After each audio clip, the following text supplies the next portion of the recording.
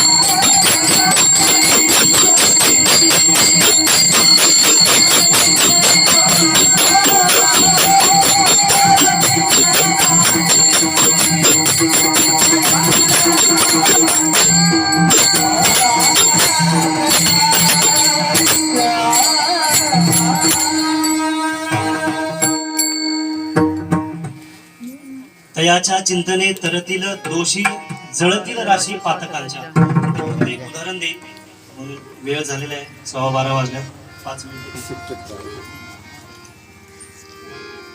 प्रत्येक व्यक्तीच्या जीवनामध्ये काही ना काहीतरी घटना घडत असतात आणि तो अनुभव घेऊन पुढे जात असतो. आणि प्रत्येक व्यक्तीच्या जीवनामध्ये आई वडील हे देवासारखे आलेले असतात. कारण भगवंतांनी सांगितलं की मी सगळीकडे येऊ शकत नाही, म्हणून मी आई वडिलांच्या स्वरूपामध्ये देव तुमच्याकडे पाठवत असतो. तुम्ही त्याची कशी काळजी घ्यायला, तुम्हाला आई वडील काय शिकवतात हे लक्ष देणार. एक पंजाब घराण्यामध्ये एक मुलगा राहत असतो, तो पंजाबचे, त्याचे आई वडील वारलेले असतात. पण आई वडिलांनी एक शिकवण दिलेली असते की जीवनामध्ये 3 गोष्टी तुम्ही सतत तुझ्या जीवनामध्ये चालू ठेव, तुला कशीच अडचण पडणार. गरीब कुटुंब, आज कमवलं त्याच्यावर जीवन चालवायचं आणि कमवायचं, आपल्या बायका पूर्ण घालायचं. तो मुलगा त्याची बायको दोघं राहतो, ते आई वडील वारलेले असल्यामुळं ते दोघं चाललं. पण त्या मुलाचं नाव पंचक्रोशींमध्ये नव्हे, पूर्ण राष्ट्रामध्ये त्याचं नाव पसरलेलं असतं. कारण का, त्याची जी राहणीमान होती, जे चारित्र्य होतं की त्याच्याकडे कोणीही व्यक्ती गेलं की तो मदत करायचा कुठल्याही स्वरूपामध्ये. त्याच्याकडे जसे तुमच्याकडे 1 रुपया येतो का, आपण म्हणतो ना की बाबा आपल्याकडे किती असं पैसा आहे मला माहिती नाही, पण देण्याची दानत आहे का हे विचार करावा लागतो. पैशावालेले असतात पण तुम्ही किती बघा, जो सर्वसामान्य कुटुंब असं, तुम्ही शेतकऱ्याच्या आमच्याकडे वारकऱ्यांच्या घरी जावा, आपण मोठ्यांच्या घरी गेला ना चहा असं बघून प्यावं, त्यात चहा हाय करायचं बघावं लागतो. पण वारकऱ्यांच्या घरी जावा, अशी बशी पण भरून बाहेर जाईल, अशी चहा भरून देतात. इथलं नाही सांगत, आमच्याकडचं सांगतो. विठ्ठल विठ्ठल.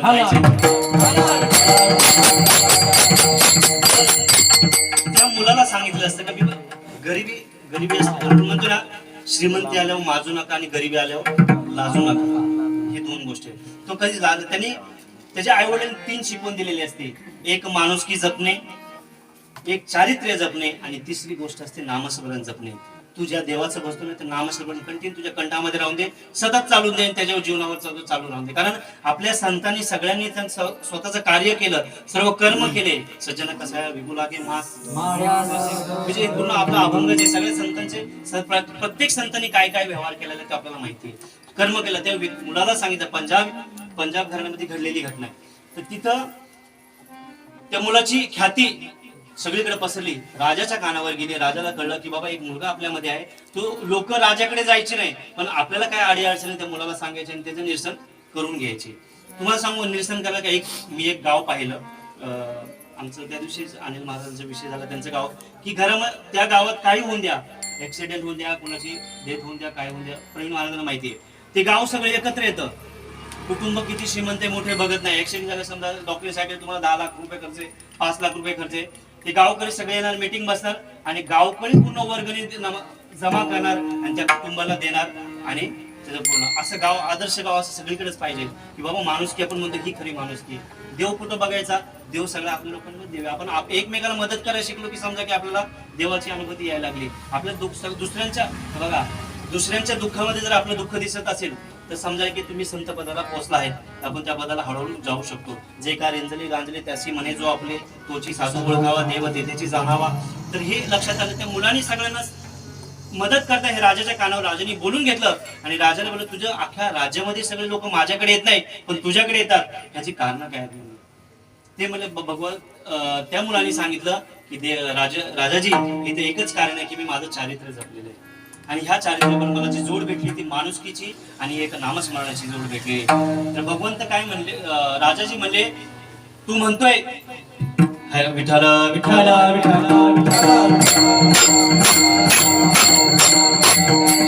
राजाजीने सांगितले मला हे सिद्ध करून दे, मला हे सिद्ध करून दे की बाबा तू म्हणतोय की मी चारित्र्य जपलं, मला चारित्र्यामुळे भेटलं, माणुसकीमुळे भेटलं, नामस्मरणामुळे भेटलं, सिद्ध करून दे. म्हणजे चालेल. पण राजाकडून त्यांनी वचन लिहून घेतलं, एक करारनामा लिहून घेतला की ज्या दिवशी माझं चारित्र्य हनन होईल तुम्ही प्रजेमध्ये, अख्ख्या प्रजामध्ये माझी हातीवर मिरवणूक काढायची आणि सांगायचं की मी ह्या मुलाची परीक्षा घेतल्यामुळे ह्याचं चारित्र्य हनन झालेलं आहे. म्हणून मला असा करारनामा लिहून घेतला मुलांनी. आणि त्यानं त्या जे तिथं पंच होते ते पंचांना सगळ्यांना सांगितलं, त्यांचं प्रधान मंडळ होतं, त्यांना सांगितलं की या मुलाची आपण परीक्षा घेऊ. तो मुलगा घरी आला, बायकोला सांगितलं की उद्यापासून माझी चारित्र्याची परीक्षा आहे. की तू लोकांनी चिखूल फेकला आणला तरी तू रडायचं नाही, हसायचं आणि घरी यायचं. तर तिथून बायकोला सांगितलं, रात्र झाली, पूर्ण झाली, त्यांनी ते पत्र लपवून ठेवलं, कोणाला माहिती नाही. आणि दुसऱ्या दिवशी सकाळी उठला. ज्यांनी चारित्र्य जपून ठेवलं, विचार जपून ठेवले त्यांनी सगळ्या अख्ख्या आयुष्याचे पूर्ण, की ज्यांनी मांसाहार कधी केलं नाही, त्यांनी कधी मद्यपान कधी केलं नाही, कुणाच्या मुलीला कुणाच्या बाळाला कधी असे वाईट दृष्टीने बघितलं नाही. पण दुसऱ्या दिवशी उठताच सकाळी उठला सकाळी पाठी उठला की जाऊन तो दारूच्या अड्ड्यावर बसला. मद्यपानाच्या आत गेला, त्यांनी घेतली नाही, मद्यपानाची बाटली घेतली आणि त्या जो मालक होता त्याला काही पैसे सांगितले, तुम्हाला सांगू नको की बाटली घेतली म्हणून. स्वतःने सांगितलं बाटली घेतली म्हणून सांगू नको. त्यांनी काय केलं, बाटली घेतात ते झाकून उघडले, अंगावर शिपडले. आता चांगला वास येतो, सुगंध येतो ना, आपल्याला माहिती, आपल्या बाजूने दारुड्या गेला की चांगला घमघमाट येतो. तर त्यांनी अंगावर शिपडले, लोकांना कळलं पाहिजे की दारू पिली. ती बाटली झाकली, घरी आला, बाटली ठेवून दिली आणि बाथरूम म्हणजे आपण म्हणतो मोरीमध्ये ओतून दिली.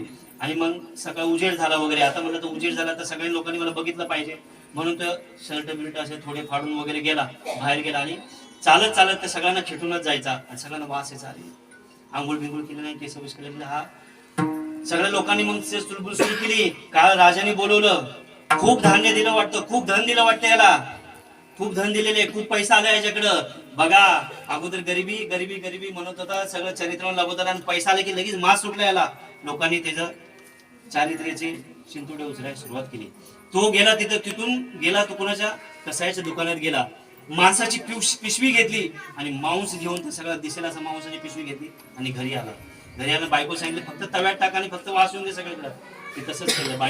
बायको रडायची, काय ते झालं. दुपारची वेळ झाली, आता करायचं काय म्हणजे, तर मग काय करायचं, रस्त्याने जाताना शाळेतून येणारा कोणी बाळा दिसले की तो शिट्या मारायचा, शिव्या द्यायचा, काही बोलायचा.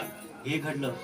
संध्याकाळची वेळ झाली, मला आता काय करायचं, मला आता काय हातात. मग त्यांनी काय केली, गजरे हातात घेतले, गजरे बांधले, डोक्याला गजरा लावला आणि कुठं गेला, वेश्याच्या बाजारामध्ये जाऊन बसला.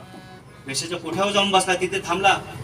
वेश्या पण विचार करा, कानोपात्रा जशी पवित्र होती ती वेश्या पवित्र होती. त्यांनी बघितलं का हा माणूस, मी आज माझं अख्खा आयुष्य गेले, मी लहानपणापासून ज्या आई वडिलांना बघितलंय आणि ह्या मुलालाही बघते म्हणले. जेव्हा त्या माणसाने, त्या मुलाने जेव्हा त्या वेश्याच्या दारामध्ये प्रवेश केला, त्या वेश्याने लोटांगण घातलं. म्हणले वेश्याने खालून बोलली, म्हणले तुम्ही आज माझ्या दरबारात कशा आहे मला माहिती नाही, पण एक संत माझ्या दरबारामध्ये येतोय आणि माझ्या दरबाराचा, माझ्या जीवाचा उद्धार होत असेल तर आज मी तुमच्यासाठी माझा प्राणही देऊ शकते. किती संतांचे प्राण देऊन वेश्याने साष्टांग दंडवत घातलं आणि सांगितलं काय सेवा करू म्हणे. त्या मुलाच्या डोळ्यात पाणी आलं आणि सांगितलं की आज माझ्या चारित्र्याचं हनन झालंय, पण मला दिवसभरात कोणीही मला ओळखू शकलं नाही. एका वेश्याने ओळखावं, विचार करा. ज्याचं चारित्र्य हनन झालेलं असते त्यांनी ओळखावं, आणि जे स्वतः चारित्र्य मिळवतात, पांढरी पोशी मिळवतात, त्यांनी मला ओळखू शकलं नाही. त्याच्या डोळ्यात पाणी आलं, डसा लागला. देवाला म्हणलं काय माझी आज परीक्षा आहे, पण जाऊन दे, हे दिवस जातील. तुम्हाला सांगतोय, युधिष्ठिरला भगवंतांनी एक अंगठी दिलेली होती आणि त्या अंगठीवर लिहिलेलं होतं की हे दिवस निघून जातील. जेव्हा युधिष्ठिरला गरिबी आली तर भगवंताला विचारायचा, तो अंगठीकडे बघायचा आणि एकच विचार करायचा, हे दिवस निघून जातील. श्रीमंत आली मध्यंतरी, इंद्रप्रस्थ वगैरे सगळं बांधलं, सगळं ते अंगठी बघितली, हे दिवस निघून जातील. परत गरिबी आली, युद्ध करावं लागले, हे दिवस जातील. मग तुम्हाला स्वतःला म्हणायचं का बाबा हे दिवस निघून जातील. त्या वेश्याने 1 तास दूध सेवा वगैरे म्हणलं काही नाही, फक्त त्यांनी मला तुमचं जे तुम्ही अत्तर शिपडता म्हणे माझ्या अंगावर, तुमचं अत्तर शिपडा माझ्यावर आणि मला जाऊन द्या. गेला 2 दिवस ते नवरा बायको घरातून बाहेर निघले नाही आणि रथून तेव्हा 3-4 दिवशी ते बाहेर निघले. अख्ख्या आता मला सांगा, एवढं उद्धार झालेलं आहे, कोण चांगलं म्हणणार आहे. आयुष्यामध्ये ही गोष्ट लक्षात ठेवा, आयुष्यामध्ये चांगलं नाव कमवायला तिळ वेचावं लागतं, चांगला पैसा कमवायला तिळ वेचावं लागलं, पण घालवायला क्षण लागत नाही. म्हणजे जे पुण्य चारित्र्य हनन करायला, कारण इथं चारित्र्य हनन म्हणजे खूप मोठी गोष्ट आहे. स्वामी विवेकानंद म्हणतात की त्यांनी खूप इंग्लिशमध्ये खूप वाक्य, मी इंग्लिशमध्ये कीर्तन करतो पण मी कधी मराठी इंग्लिश सगळ्यांना अपेक्षित असतं. मला शिवाजी महाराज म्हणले की तुम्ही इंग्लिशमध्ये बोलावं, पण मग त्या अपेक्षित वाटलं आपली मराठीची बोल कौतुक कीर्तनामध्ये इंग्लिशच पाहिजे. माझं इंग्लिशचं स्टेज वेगळंच आहे, पण स्वामी विवेकानंद एक म्हण म्हणलेली आहे तिथे, wealth is lost nothing is lost. काय, wealth is lost nothing is lost. आपलं धनद्रव्य सगळं गेलं तर काहीच गेलेलं नाहीये.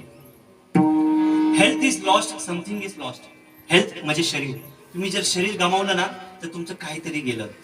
Wealth is lost nothing is lost, health is lost something is lost. तुमचं शरीर गमावलं, तुम्ही बघा जर तब्येत कमी झाली की सगळे विचार तब्येत कशी कमी झाली, आजारी पडला का काय, समथिंग तुमचं शरीर गेलं, काहीतरी गेलं. आणि शेवटी स्वामी विवेकानंद म्हणतात, character is lost, everything is lost.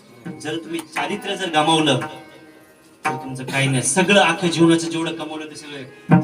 त्या मुलाला ढसा रडायचे, 2 दिवस बाहेर आला तो आणि सगळे बघितले, सगळे लोक शेणाचे गोळे घेऊनच उभे होते, गटाचं पाणी घेऊनच उभे होते, अंडी घेऊनच उभे होते, घाण जी भेटेल ते घेऊन उभे होते, शिवाय देत होते. बाया सगळे जाण, तुम्ही आमचं तुम्हाला बघून आम्ही आमच्या मुलांना सांगू, ह्या दोघा कुटुंबाचा आदर्श घ्या. आता काय आदर्श आमच्या मुलांना सांगणार आहे तुमचा आदर्श घेऊन. आज ते मुलं आम्हाला म्हणतात, तुम्ही सांगत होता यांचा आदर्श घ्या, हे करा, ते कसं करतो. कारण कधी बघा आपण कोणाचं उदाहरण देऊन आपल्या मुलाला टोकत असतो, तो मुलगा कसा आहे, तो मुलगा पहिला येतो, तर आपण मागची बाजू जाणून घेत नाही.